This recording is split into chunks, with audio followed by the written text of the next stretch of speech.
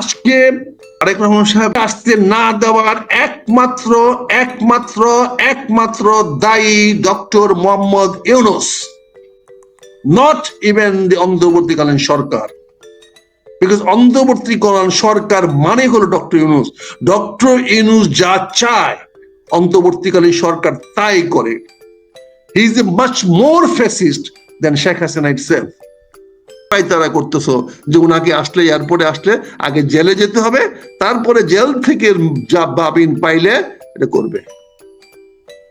কি মজার জিনিস, কি পাবলিককে বুঝাচ্ছ আমাদেরকে, সারা বাংলাদেশে মানুষকে হাইকোর্ট দেখাচ্ছ অত্যন্ত বিনয়ের সঙ্গে, অত্যন্ত ক্ষোভ এবং ভারাক্রান্ত মনে বলছি, তারেক রহমানকে আসতে না দেওয়াটা একটি জঘন্য অপরাধ হচ্ছে, একটা ক্রিমিনাল অপরাধ হচ্ছে। It's an conspiracy. তাকে ষড়যন্ত্র করে বিএনপির উপরে নেতৃত্ব দেওয়ার সুযোগ থেকে তাকে উদ্দেশ্য প্রণোদিত বঞ্চিত করা হচ্ছে। দেশমাতা খালেদা জিয়ার অবর্তমানে যেন তারেক রহমান বাংলাদেশের পতাকাটা নিয়ে ঢাকায় দাঁড়াতে না পারে, সেই সুদূর প্রসারী ষড়যন্ত্রের শিকার হিসাবে, ষড়যন্ত্র হিসাবে এই ডক্টর ইউনূস সাহেব সেই কাজটা করছেন। আমরা তো বিনীতভাবে ওনাকে বলেছি, ওনার সকল কিছুতে আমরা সহযোগিতা করবো।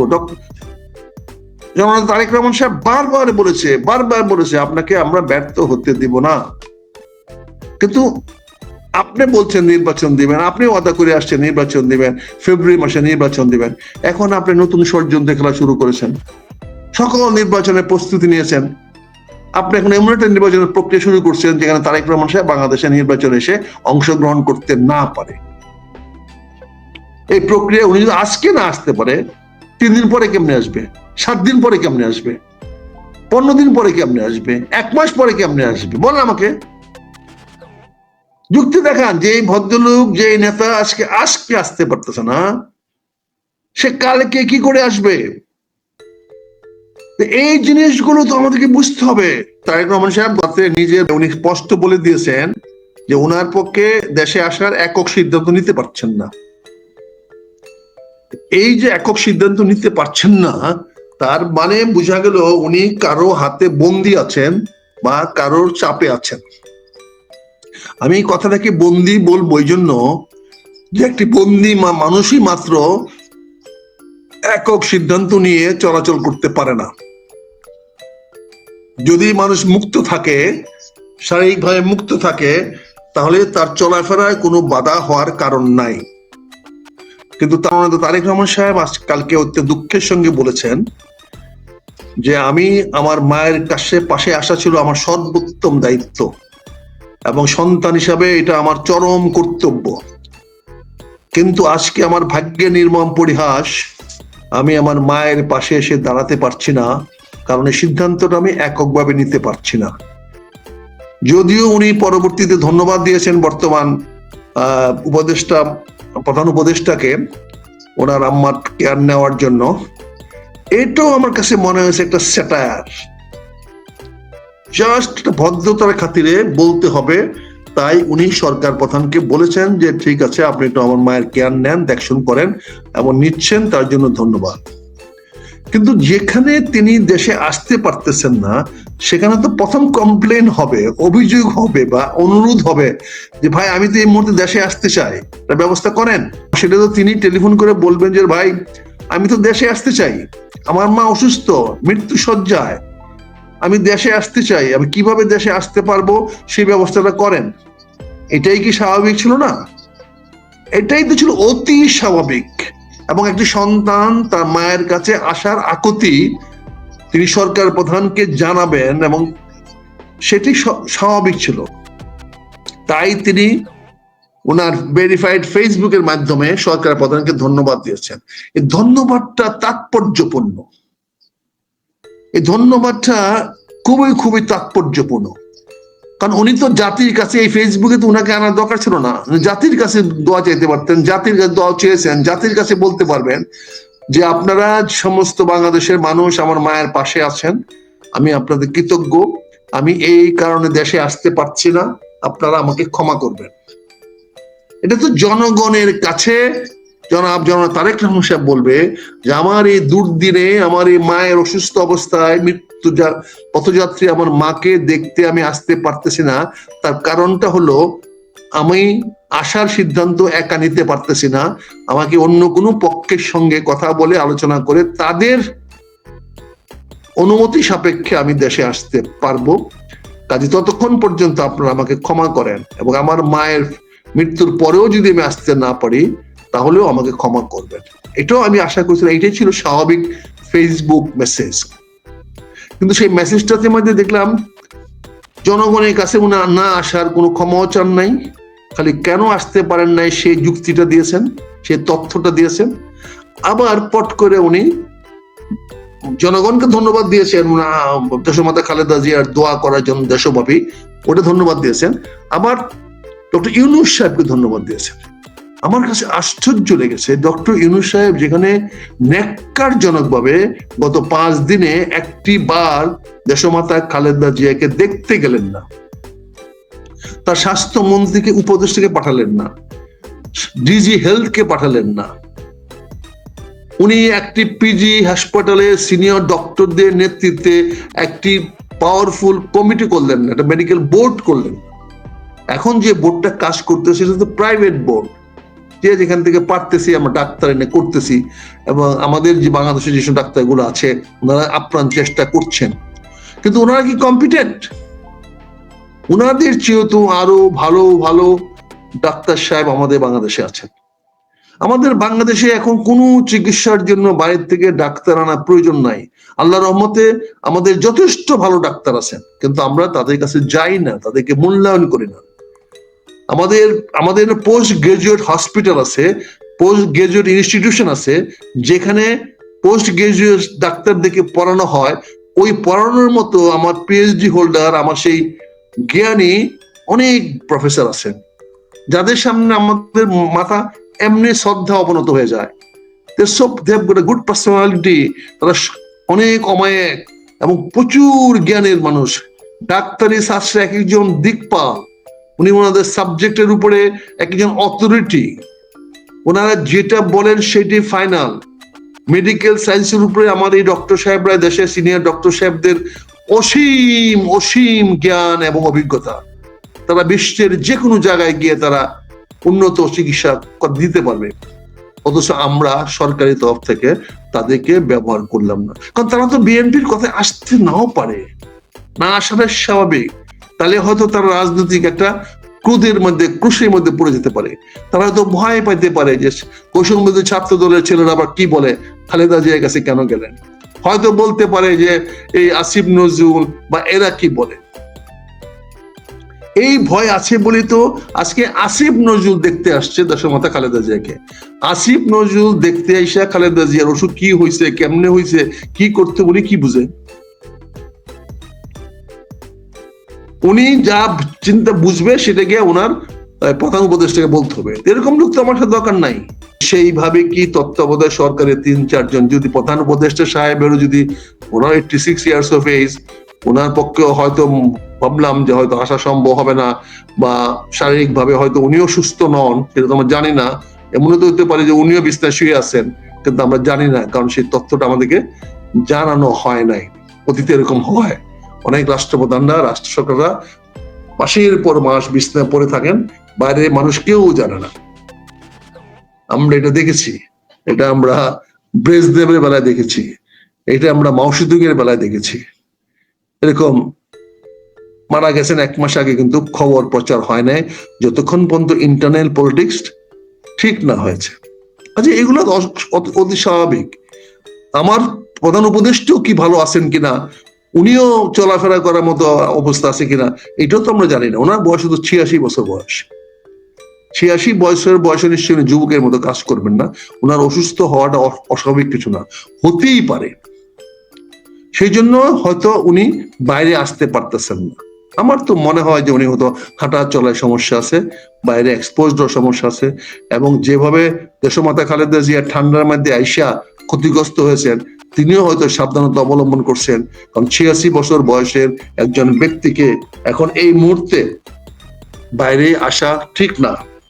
আমি একটি প্রবঞ্চক মিথ্যাবাদী, স্বার্থপর, সুযোগ সন্ধানীর বক্তব্যের জবাব দিতে চাই না। সে হলো প্রধান উপদেষ্টা মহোদয়ের প্রেস সেক্রেটারি। এই কথাগুলি যদি প্রধান উপদেষ্টা মহোদয় হয়ে থাকে তাহলে তাকে কোট আনকোট বলা উচিত ছিল। এই একটা সরকারি কর্মচারী, আমার বাড়ির কেরানি যে আমার যে ম্যানেজার, অ্যাসিস্ট্যান্ট ম্যানেজার বা আমার যে পিয়ার টিয়ার দেখে, সে কি জানে আমি কি করব না করব? আমার পিয়ারও তো আছে, আমারও তো প্রাইভেট সেক্রেটারি আছে। তা আমার প্রাইভেট সেক্রেটারি আমি কি করব না করব সে বাইরে বলে দিবে? বলেন। তাকেও তো বলবো অ্যাপয়েন্টমেন্ট ঠিক করে রাখো, কখন কোন অ্যাপয়েন্টমেন্ট দিচ্ছ ওগুলো তোমার লিখে রাখো, কাকে কখন দিচ্ছ। ওকে আমি 4 ঘন্টা 6 ঘন্টা মানুষের সঙ্গে কথা বলবো, ওকে তুমি সিলেক্ট করো, এটা হতে পারে। বা আমার ডেইলি রুটিন তুমি লিখে রাখো, হতে পারে। বা হয়তো এখানে বৈশা বক্তব্য শুনছো তোমরা, আমরা মিটিং এ কি বলছি এটা তুমি একটা প্রেস রিলিজ দিয়ে দাও। That is the function of secretary. But he is acting as a super government. ওর আপত্তি নাই, তুমি সারা কেটারে, তোমার আপত্তি আছে না আছে? তুমি কাঠা, তুমি কোনখানে চান দাস যে তুমি এখানে এই অনুমতি দেওয়ার না দেওয়ার? You are not a government, you cannot speak on behalf of government. It is an audacity, it is a mockery. He cannot speak on behalf of the governments, on behalf of Dr. Yunus or তার পরিষদ। এটা তার পরিষদ বলবে, স্বরাষ্ট্রমন্ত্রী বলবে। আর যদি ওনার বাধা না দেওয়া থাকে, আমি তার কথা কগনিজেন্সে নিতে চাই না, তারপরে বলবো ওই গাধাটার উদ্দেশ্যে বলবো, এই গাধা, তুই যদি দায়িত্ব না নিয়ে থাকিস তাহলে তারেক রহমানকে আনার ব্যবস্থা করছিস না কেন? তাকে আজকে ডিক্লেয়ার করে দে he is a status of minister. বাস একটা প্লেন পাঠিয়ে দে, তাকে নিয়ে আসো।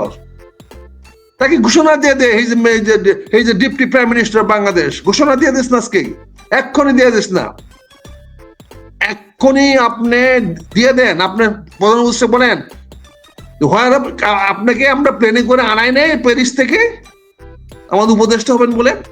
তা আমরা আজকে বলে দেই যে তারেক রহমান সাহেবকে আমরা আমাদের ডিপটি প্রাইম মিনিস্টার হিসাবে, ডিপটি প্রধান বা উপদেষ্টা, সিনিয়র উপদেষ্টা হিসাবে আমরা ওনাকে নিয়োগ দিলাম এবং ওনাকে অনতিবিলম্বে নিয়ে আসার জন্য বাংলাদেশের বিমান যেখানে যেটা আছে আশেপাশে আছে, সেই আশেপাশে থেকে যারা আছে, যেই প্লেন আছে, আমার বিমান যেখানে আছে, সেন্ড ইট, ওনাকে লন্ডন থেকে নিয়ে আসো।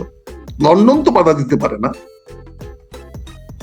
লন্ডন তো কাউকে বাধা দেওয়া নাই। লন্ডন বাধা দিলে লন্ডন তো বলবে না আমার যাইতে পারবে না। আমাদের বিএনপির মাথাগুলো তো কিনা 15 বছর 20 বছর 21 বছর ধরে বুভুক্ষ হয়ে রয়েছে, খাইতে পারে নাই। এখন তো কিছু খায় একটু তরতাজা হয়েছে, মোটা হয়েছে। আমি আবারও তীব্র প্রতিবাদ জানাচ্ছি, দেশমাতা খালেদা জিয়াকে অসুস্থ রেখে মহাসচিব এবং ওই আমির খসরু মাহমুদ কেন সেই মিটিং এ গেলেন? এটা দেশমাতা খালেদা জিয়ার প্রতি অপমাননা, তার প্রতি অসম্মান করা হয়েছে। আমাকে আরেকবার করেন, আরেকবার কইছি আমরা জুতা পিটা করবো আপনাদেরকে। এখন জুতা পিটা করতেছে না, জুতা পিটা পাইতেছেন না আপনাদের কারণে। এখন পোলাপান কি কথা বলে দেখেন না, দেখেন না পোলাপান এখন ঢাকা ইউনিভার্সিটিতে স্লোগান দেয়, কাকে নাম দেয় বলে সওয়া। তো এগুলো পান নাই, তখন তো আমাকে বহিষ্কার করে দিয়েছেন, আমি বহিষ্কার। এখন আমাদের বহিষ্কার আজকে প্রায় কয়েক হাজার ছেলে বিএনপি বহিষ্কার হয়ে ঘুরতেছে। আপনি নির্বাচনে তফসিল ঘোষণা হয়ে যাচ্ছে, নির্বাচন নমিনেশন দিয়ে দিচ্ছেন, আপনি লোকগুলার এই কি বলে বহিষ্কার উদ্ধার করতেছেন না। অথচ যত ছেলে যাচ্ছে তত ছেলের কাছে বলে আসছেন হ্যাঁ কাল কি হয়ে যাবে, পরশু হয়ে যাবে। তাদের কাছে আবেদন নিয়েছেন, দরখাস্ত নিয়েছেন, তারা মুস্তাকা দিয়েছে যে ঠিক আছে আমরা এই অপরাধ করবো না। তারপরে আপনার কিসের ধান্দায় আপনাদেরকে লটকে রাখছেন? এটা পলিটিক্যাল পার্টি হতে পারে? এটা কোনো আদর্শবান নেতা করতে পারে? এটা তো ফটকা লুচ্চা নেতারা করবে। আপনারা তো তাই করতেছেন। একটা মহাসচিব আছেন, আপনার নট এ সিঙ্গেল পাওয়ার আছে, ইভেন একটা ওয়ার্ড কমিটি ভাঙ্গার পারমিশন নাই, ক্ষমতা নাই আমার মহাসচিব সাহেবের। আর বাংলাদেশে বড় বড় বক্তৃতা দিয়ে বলেন আমরা ব্যবসার এই করব, ব্যবসার সেই করব। কি ব্যবসা করছিল? বিমান চালায় দিকে দেখো নাই বাংলাদেশ বিমানে কি করছিল? ঠাকুরগাঁও পৌরসভা চালাইছিল না? সেই পৌরসভায় কি হয়েছে মানুষ তোমাকে দেখছে না বাবা? পৌরসভার মানুষ জিজ্ঞাসা করলে এখন বলবে না ঠাকুরগাঁও পৌরসভা তুমি কেমন চালাইছিল? Please look at the back. কাজে আমি আজকে অত্যন্ত মর্মাহত, অত্যন্ত ক্রুদ্ধ। দেশমাতা খালেদা জিয়ার চিকিৎসার প্রতি যারা অবহেলা করছে, যদি আল্লাহ আমাকে ক্ষমতা দিত, একটা করে চুনকে চুনকে গুলি করে মারতাম, সেই শোলের ডায়লগের মতো। যারা দেশমাতাকে আজকে অবহেলা করে এবং মৃত্যুর পথে ঠেলে দিয়েছে, আমি প্রতিটা লোককে ঝুলাইতাম ঢাকা শহরে হাইকোর্টের এই বট গাছের মধ্যে। কিন্তু আল্লাহ আমাকে সেই ক্ষমতা দেয় নাই, কিন্তু ইচ্ছাটা তো দিয়েছে। আমাকে সেটা তামিল করার ক্ষমতা আল্লাহ আমাকে দেয় নাই, শুকরিয়া আল্লাহর কাছে। কিন্তু আমার ইচ্ছাটা পোষণ করার ক্ষমতা তো আল্লাহ আমাকে দিয়েছে, সেই সাহসটুকু তো আমাকে দিয়েছে, এর কনসিকুয়েন্স ফেস করার মতো সাহস তো আল্লাহ আমাকে দিয়েছে। আমি জানি এগুলো যাদের গালাগালি করছে তারা আমাকে ছাড়বে না, তারা যেখানে সুযোগ সুবিধা পাবে আমাকে লটকাবে। লটকাক, তাতে কিছু আসে যায় না। আমার তো আর সময় বেশি নাই, এসে পড়ে রয়েছি। তারেক রহমান সাহেবকে এখন যেভাবে হোক তারা বাইরে রাখার চেষ্টা করছে। এইটা বিএনপি বুঝে কিনা আমি জানি না। আমার বিএনপির ভাইদের অনুরোধ করব, আপনারা সেমিনার সিম্পোজিয়ামে না গিয়া কালকে দলে বলে এসে সরকারের উপর চাপ সৃষ্টি করেন। কে সেই শক্তি যার কারণে সে আসতে পারতেছে না, এটাকে আমাদেরকে জানাও। তুমি সরকার বলো, না হলে তুমি সরকার অধ্যাদেশ ইস্যু করো, অধ্যাদেশ ইস্যু করে তুমি অর্ডার পাঠিয়ে দাও তোমার পররাষ্ট্রমন্ত্রী নাকি রাষ্ট্রদূতের কাছে লন্ডনকে পাঠিয়ে দাও, তুমি উনাকে অ্যাকম্পানি করে নিয়ে আসো। দরকার পড়লে বাংলাদেশ থেকে এসকর্ট কমিটি পাঠায়, এসকর্ট টিম পাঠিয়ে দেন। যেখানে দরকার পড়লে আমার এক প্লাটুন কমান্ডো যাবে সেই প্লেনে, সেই কমান্ডো প্লেনে যাবে, ওখানে ওদের এয়ারপোর্টে নামবে, তারেক রহমান সাহেব এসে সেই প্লেনে উঠবে, আবার সেই প্লেনটা তারা বাংলাদেশের নিরাপদে নিয়ে আসবে। তারপরে যদি প্রয়োজন পড়ে আমার জেট ফাইটার দিয়ে আমি তাকে স্কট করে নিয়ে আসবো। তৃতীয় কোন শক্তি তো, ভারত তো কোনো অবস্থাতে তো তার গায়ে টোকাও দিবে না। ইউরোপিয়ান এমন কোন দেশ নাই যে দেশের উপরে ওনার বিমানের উপরে কোনো আঘাত করবে, এত বোধায় ওরা না। আর Dhaka London flight 11 hour flight any 747 jet অনায়াসে করতে পারে। কি বলে রূপচন্দ ভাই? 11, 12, 14 ঘন্টা ফ্লাইট যে কোনো 747 ইজিলি উইদাউট রিফুয়েলিং তারা দে ক্যান ফ্লাই।